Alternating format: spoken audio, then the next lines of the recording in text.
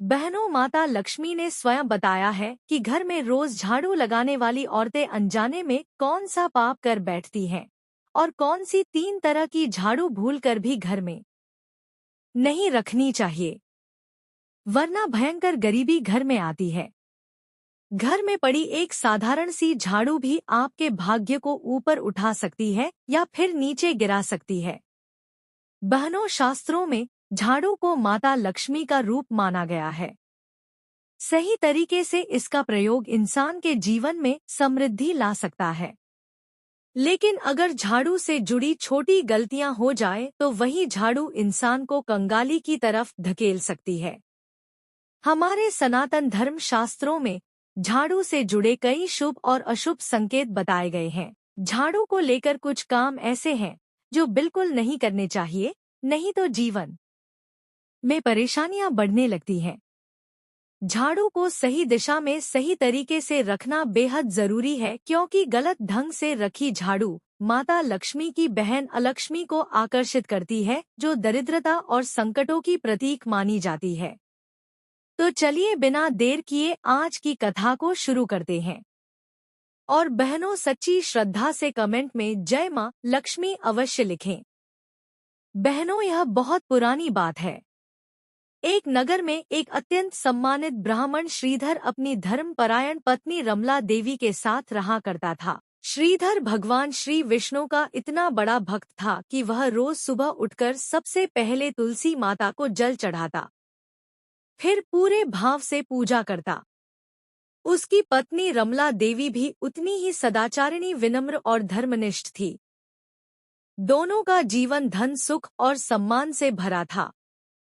लेकिन एक ही कमी उन्हें हर क्षण भीतर से कचोटती रहती थी।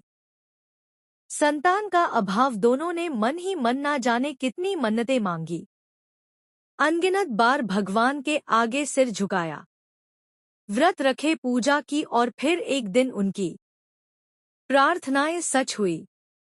घर में एक सुंदर कन्या ने जन्म लिया। माता पिता ने उसका नाम रखा सुप्रिया। जन्म से ही दोनों की आंखों का तारा बन गई। कहते हैं कि शिव जी के सावन सोमवार के व्रत और अनेक मन्नतों के कारण उन्हें यह कन्या प्राप्त हुई थी, इसलिए वे उसे अपनी पलकें बिछाकर रखते थे। उसकी एक छोटी सी इच्छा भी अधूरी नहीं रहने देते थे।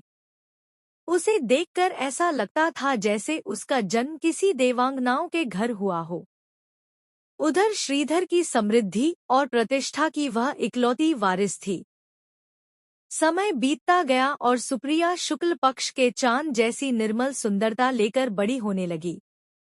लेकिन माता पिता के अत्यधिक प्रेम, दुलार और बिना रोकटोक के पालन ने उसे धीरे धीरे बिगाड़ दिया। उसका स्वभाव आलसी, चतुराई से भरा, कपटी, घमंडी और अभिमानी होता गया। वह छोटी छोटी बातों पर अपशब्द बोलती। परिवार के बड़े बुजुर्ग तो क्या, घर के नौकरों तक को अपमानित करने में उसे कोई हिचक नहीं होती थी। साफ सफाई से उसे इतनी नफरत थी कि उसने जीवन में कभी झाड़ू तक नहीं छुआ था। वक्त के साथ वह अपने माता पिता से भी अनाप शनाप मांगे करने लगी, हर बात पर हट करने लगी। ब्राह्मण और उसकी पत्नी समझ नहीं पा रहे थे कि कहाँ गलती हो गई।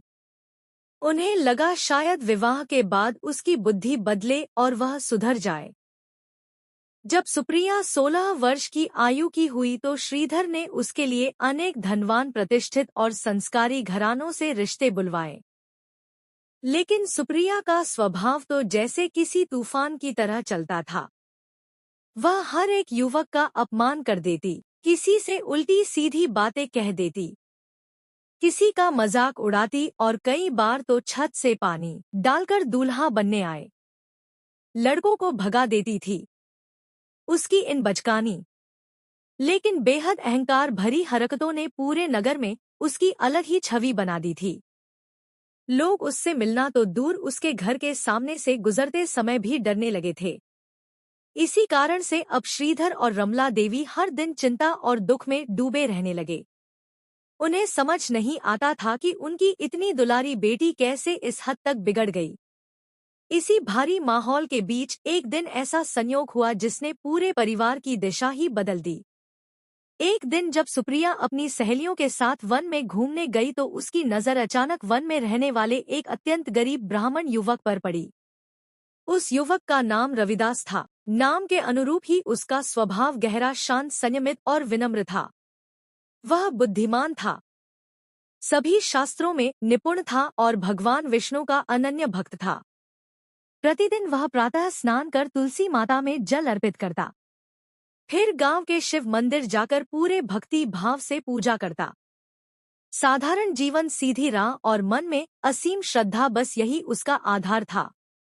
उसी समय जब सुप्रिया अपनी सहेलियों संग वन में टहल रही थी, उसकी नजर अचानक रविदास पर ठहर गई। उसे पहली बार कोई युवक इतना सादा फिर भी इतना आकर्षक लगा। उसके शांत चेहरे, सधे हुए व्यवहार और निर्मल व्यक्तित्व ने सुप्रिया के मन में कुछ ऐसा जगाया जिसे वह खुद भी समझ नहीं पाई। देखते ही देखते वह उसके रूप और स्वभाव पर मन से मोहित हो गई। अब क्या था? घर लौटते ही सुप्रिया ने अपने पिता से बिना कोई देर किए कहा, पिताजी, आपने मेरे लिए बहुत से धनवान प्रतिष्ठित वर देखे, लेकिन मेरा विवाह तो उसी ब्राह्मण युवक से होगा जिसे मैंने आज वन में देखा है, जो ब्राह्मणों के साथ पूजा के लिए जा रहा था। उसकी बात सुनकर श्रीधर और रमला देवी दोनों स्तब्ध रह गए। उन्हें अपनी बेटी के चुनाव पर आश्चर्य भी हुआ और चिंता भी, लेकिन बेटी की खुशी के आगे उन्होंने मन को शांत किया। अगले ही सुबह श्रीधर और उसकी बेटी उस युवक को देखने उसके वन स्थित कुटिया में पहुंचे। कुटिया की अत्यंत गरीबी देखकर श्रीधर का मन भीतर ही भीतर दहक गया, लेकिन बेटी की इच्छा को याद कर उन्होंने निर्णय किया कि पहले युवक को समझना जरूरी है। वे उसके पास गए और विनम्रता से बोले, हे विप्रवर, कृपया अपना पूरा परिचय दीजिए। तब रविदास ने सरल मुस्कान के साथ कहा, आई, आपका स्वागत है। मेरा नाम रविदास है। मैं एक गरीब ब्राह्मण हूँ। मेरे घर में वृद्ध माता पिता है। मैं मंदिर में पूजा और सेवा करके अपना जीवन चलाता हूँ। कहिए, मैं आपकी क्या सहायता कर सकता हूँ?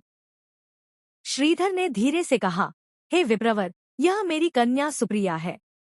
यह आपको मन ही मन चाहती है और आपसे विवाह करना चाहती है। यह सुनकर रविदास चकित रह गया। उसने गंभीर स्वर में कहा, हे श्रेष्ठ, मुझे क्षमा करें। मैं आपके और आपकी कन्या के योग्य नहीं हूँ। मेरे सामने आपका वैभव और हैसियत बहुत ऊंची है। कहीं आप हमारा मजाक तो नहीं बना रहे? मैं गरीब हूँ, मेरे पास धन नहीं है। मैं आपकी पुत्री को वह सुख और सुविधाएं नहीं दे सकूंगा जो वह आज भोग रही है। तब श्रीधर ने रविदास को प्रेम से समझाया और कहा, चिंता मत करो बेटे, मैं तुम्हें और मेरी बेटी को इतनी संपत्ति दूंगा कि तुम दोनों आराम से अपना जीवन चला सको। कोई कष्ट नहीं आएगा। श्रीधर के इस आश्वासन और सरल भाव को देखकर ब्राह्मण रविदास ने अंततः उनकी बात मान ली और फिर योग्य मुहूर्त देखकर सुप्रिया का विवाह रविदास से भव्य रीति से संपन्न कर दिया गया। मित्रों, विवाह के दिन जब सभी धार्मिक विधियां पूर्ण हो गई तो सुप्रिया की मां ने उसे एक झाड़ू सौंपते हुए कहा, बेटी, इसे संभाल कर रखना। विवाह के समय घरेलू सामग्री के साथ झाड़ू देना शास्त्रों में बहुत शुभ माना गया है। इससे घर में सदा माता लक्ष्मी का वास होता है। यह समृद्धि और सौभाग्य का संकेत है। लेकिन सुप्रिया ने उस झाड़ू को बिना किसी आदर या महत्व के बस एक तरफ रख दिया, मानो उसका कोई मोल ही ना हो। सारी रस्में पूरी होने के बाद वह अपने ससुराल की ओर विदा हो गई। श्रीधर ने अपनी बेटी के सुख के लिए विवाह से पहले ही उसके लिए एक सुंदर नया घर बनवाया था। इसके अलावा उन्होंने रविदास के लिए व्यापार बढ़ाने के उद्देश्य से एक किराना की दुकान भी शुरू करवा दी ताकि आने वाले समय में उनका जीवन और व्यापार दोनों फले फूलें। शुरुआत के कुछ दिन सुप्रिया काफी प्रसन्न रही। वह अपने पति के साथ प्रेम और मधुरता से रहती रही, लेकिन यह सब ज्यादा समय तक नहीं चला। जल्द ही उसका असली स्वभाव उभरने लगा। आलस और घमंड उसके अंदर वैसे ही जड़ जमाए थे जैसे पहले थे। वह घर की साफ सफाई को तुच्छ समझती, किसी भी काम को हाथ नहीं लगाती। धीरे धीरे घर हर वक्त गंदगी से भरने लगा। खाने के बाद बर्तन घंटों घंटों तक वैसे ही पड़े रहते। घर के कोनों में मकड़ियों के जाले झूलने लगे, मानो वहां कोई रहता ही ना हो। फिर एक दिन रविदास ने बड़ी ही नम्रता से उसे समझाते हुए कहा, सुप्रिया, एक पतिव्रता स्त्री को स्वच्छता से प्रेम होना चाहिए। उसे गृह कार्य में निपुण होना चाहिए। लेकिन तुम तो किसी भी काम में हाथ तक नहीं लगाती। यह ठीक नहीं है। इस पर प्रिया ने तुनक कर कहा, अजी छोड़िए, आप भी कैसी सी बातें करते रहते हैं। आज तक मैंने अपने मायके में कोई काम नहीं किया और आगे भी नहीं करूंगी। अगर आपको लगता है कि आपकी माँ को ज्यादा काम करना पड़ रहा है तो मैं आज ही पिताजी से कह दूंगी कि 2-4 नौकर यहाँ भी भिजवा दें। वैसे भी यह सब कुछ मेरा ही है तो मुझे काम क्यों करना पड़े। तब अपनी पत्नी की ऐसी कड़वी और अपमानजनक बातें सुनकर रविदास भीतर तक हिल गया। वह अवाक रह गया और उसके पास कहने के लिए कोई शब्द नहीं बचे। कभी उसने सोचा भी नहीं था कि उसकी पत्नी इतने घमंड और कठोरता से भरी होगी। उधर सुप्रिया की माँ भी कई बार उसे समझाती थी कि स्त्री को कैसे घर संभालना चाहिए, कैसे बड़ों का सम्मान करना चाहिए और कैसे अपने घर को स्वच्छ और सुखी बनाए रखना चाहिए। पर सुप्रिया पर किसी बात का कोई असर नहीं पड़ता था। वह वहीं की वहीं बनी रही। कुछ ही समय बाद ब्राह्मण रविदास ने अपना छोटा सा व्यापार शुरू किया, लेकिन पत्नी की लापरवाही, घर की गंदगी और तनाव भरे माहौल ने उसके व्यापार पर बुरा असर डालना शुरू कर दिया। उसकी दुकान पर कोई आता ही नहीं था जो कभी कभार पहुंच भी जाता। वह रविदास के उदास चेहरे और थके हुए मन को देखकर चुपचाप वहां से आगे बढ़ जाता। इसी तरह दिन पर दिन बीतते जा रहे थे और हालात बद से बदतर होते जा रहे थे। फिर एक दिन ऐसा आया जब व्यापार के काम से रविदास को किसी दूसरे नगर जाना था। वह सुबह सूर्य उगने से पहले ही उठ गया। किसी से कुछ कहे बिना उसने अपना सामान बांधा और बैलगाड़ी लेकर चुपचाप निकल पड़ा। मन भारी था, पर जिम्मेदारियों ने उसे आगे बढ़ने को मजबूर किया। उधर घर में सूर्योदय होते ही उसकी सांस अपने पुराने झाड़ू से सफाई कर रही थी। वह वही झाड़ू थी जिसे वह अपने पुराने घर से बहुत संभाल कर लाई थी। वह मानती थी कि झाड़ू में माता लक्ष्मी का वास होता है और रोज झाड़ू लगाने वाली स्त्री पर लक्ष्मी कृपा बनाए रखती है। लेकिन बहू के कटु व्यवहार के कारण वह चुपचाप अपना काम करती रहती थी। उस दिन संयोग से सुप्रिया की नजर उसकी सास के हाथ में पकड़े उस झाड़ू पर पड़ी।